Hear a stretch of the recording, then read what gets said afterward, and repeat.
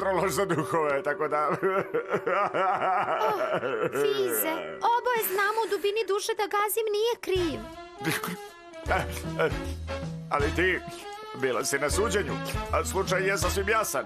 Moramo da nastavimo istragu. Moramo da mu damo još jednu priliku. Član patrole za duhove ima stroge poglede, jer drži se fakta, samo prati tragove. Ali šta ako celu ne znamo istinu? Ovde nije sve rečeno, daj tom dečku priliku. Ja sam lovio mnoge duhove odbegle, on je kao i drugi, u lampi mora da bude. Ipak samo Kazima govori istinu. I razmisli sad, Fiz, daj tom dečku priliku.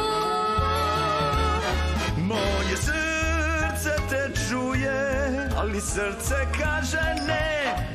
Ceo život ih lovim i ne znam šta nada je. Verujem u tebe, naredniče, kao što verujem u Kazima.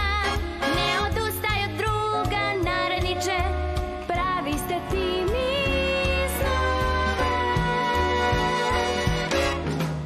Shvatio sam o čemu pevaš, princezo, ali kako da započnemo novu istragu? Kako drugačije? Sa stilom. I to što si rekla pravi razliku, da verujem sebi, da mu dam priliku. Ti nisi detektiv što zna igru jednu. Imaš korake nove. Daću dečku priliku. Zaslužio